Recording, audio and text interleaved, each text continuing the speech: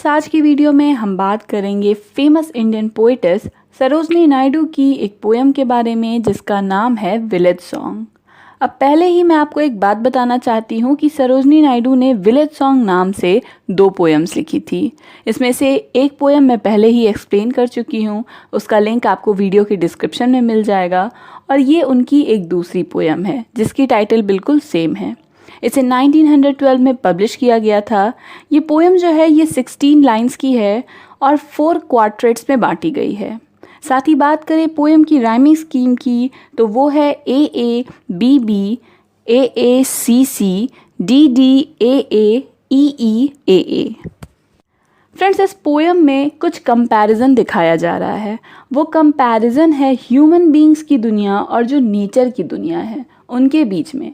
यानी human beings की life में जो खुशियां हैं, जो मटेरियलिस्टिक चीज़ें हैं जिनसे वो खुशी पाते हैं, उन्हें कंपेयर किया जा रहा है नेचर की ब्यूटी से हमें जो खुशी मिलती है उससे।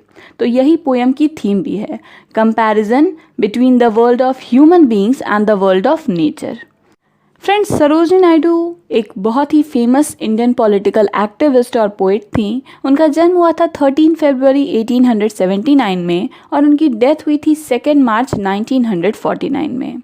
वो नाइटिंगेल ऑफ इंडिया के नाम से जानी जाती हैं, बहुत ज़्यादा फेमस रही हैं और इंडियन इंडिपेंडेंस में भी उनका बहुत बड़ा योगदान रहा है। उन्होंने कई फेमस पोएम्स लिखी हैं जैसे Purdah Nashin, in the bazaars of Hyderabad, village song, बहुत सारी इनकी पोएम्स हैं। तो चलिए फ्रेंड्स, आगे बढ़ते हैं और इस पोएम को पढ़कर समझने की कोशिश करते हैं। फ्रेंड्स, ये जो पोएम है ये एक कन्वर्सेशन है जो कि एक ओल्ड लेडी और उसकी यंग डॉटर के बीच में हो रहा है। ये जो डॉटर है इसकी शादी हो रही है, इसकी शादी होने वाली है, सब कुछ प्रिपरेशंस जो हैं वो हो चुकी हैं, लेकिन ये जो लड़की है ये शादी नहीं करना चाहती है और ये ह्यूमन वर्ल्ड से दूर नेचर में अपनी ज़िंदगी बिताना चाहती है। तो यहाँ पर इसकी जो मदर है वो इसे रोक रही है और पूरी पोएम इन दोनों के बीच में एक कन्वर्सेशन है। Honey child whither are you going. यहाँ पर जो मदर है वो अपनी बेटी से कह रही है, हनी चाइल्ड यानी मेरी प्यारी बच्ची, विदर आर यू गोइंग, तुम कहाँ जा रही हो। Would you cast your jewels all to the breezes blowing.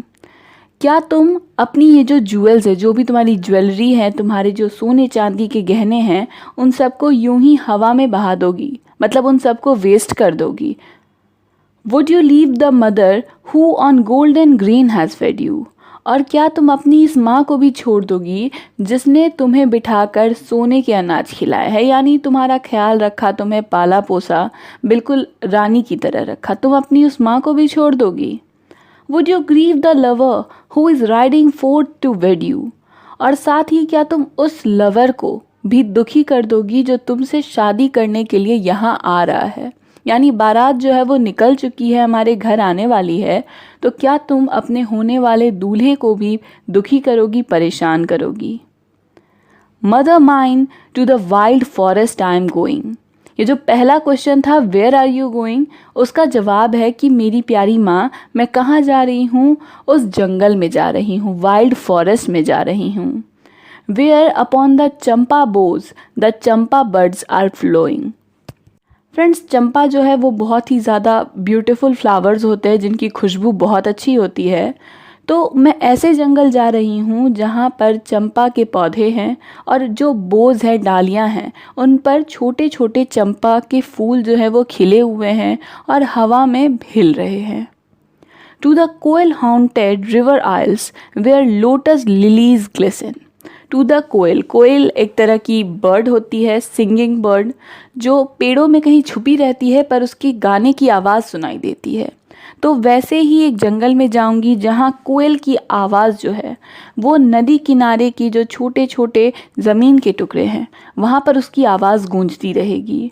और साथ ही वहाँ पे कौन से फूल खिले होंगे, तो लोटस और लिलीज़, ये सभी फूल चमक रहे होंगे। इतना खूबसूरत नज़ारा होगा।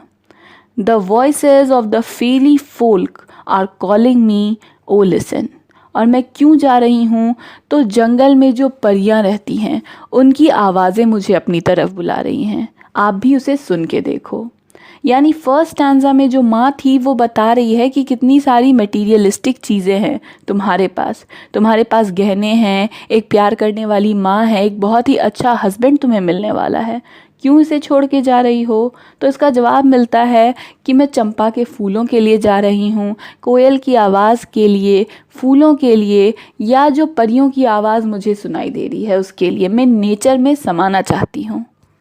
Honey child, the world is full of pleasure. यानी मेरी प्यारी बच्ची, ये दुनिया जो है ये प्लेजर से भरी है। हमें बहुत अच्छी अच्छी चीज़ें यहाँ पर मिलती है, बहुत मज़े आते हैं। किस चीज़ से? Of bridal songs and cradle songs and sandal scented leisure. किन चीज़ों से आती है? तो ब्राइडल सॉन्ग से, यानी शादी के गीतों से। तुम्हारी भी शादी हो रही है, तुम्हें भी बड़ा मज़ा आएगा। फिर आएंगे क्रेडल सॉन्ग्स, जब बच्चे होते हैं तो उनके लिए जो लोरियाँ गाई जाती हैं, यानी तुम्हारे भी बच्चे होंगे और उसमें तुम्हें कितना मज़ा आएगा, कितना सुकून मिलेगा। और साथ ही सैंडल सेंटेड लेजर, सैंडल यानी चंदन, चंदन की खुशबू में जब तुम आराम करोगी, उसे इमेजिन करो कितना अच्छा तुम्हारा जीवन हो सकता है। Your bridal robes are in the loom, silver and saffron glowing. साथ ही जो तुम्हारे ब्राइडल रोब्स है, जो शादी का जोड़ा तुम पहनने वाली थी अभी शादी में, वो भी देखो आने ही वाला है। और उसमें किस तरह के कलर्स हैं? तो सिल्वर कलर है और सैफरन जो केसरिया रंग होता है उस कलर का तुम्हारा शादी का जोड़ा है, बिल्कुल चमक रहा है। Your bridal cakes are on the hearth, O whither are you going. और साथ ही जो ब्राइडल केक्स है, जो तुम्हारी शादी में मिठाइयाँ, मीठे पकवान बनने वाले हैं, वो भी हर्थ पे हैं, यानी कि बनने को तैयार हो चुके हैं, आग में उन्हें बनाया जा रहा है। तो अब तुम कहाँ जा रही हो? इतना कुछ मिल सकता है तुम्हें, इतनी खुशियाँ मिल सकती है, आखिर तुम जा कहाँ रही हो? The bridal songs and cradle songs have cadences of sorrow. अब यहाँ पर ये लड़की जवाब देती है कि ये जो शादी के गीत हैं या जो बच्चे की लोरियाँ हैं, इनमें क्या है? इनमें सौरो, दुख के टुकड़े छुपे हुए हैं। आपको पता नहीं चल रहा है पर इसमें बहुत ज़्यादा दुख है। The laughter of the sun today, the wind of death tomorrow. ये कैसे हैं? तो जैसे आज सुबह की मान लो हंसी हो और कल का क्या हो? मौत की आंधी हो। यानी आज भले ही मुझे, आपको लग रहा है कि मुझे इन चीज़ों से खुशी मिलेगी, लेकिन कल ऐसा नहीं होगा।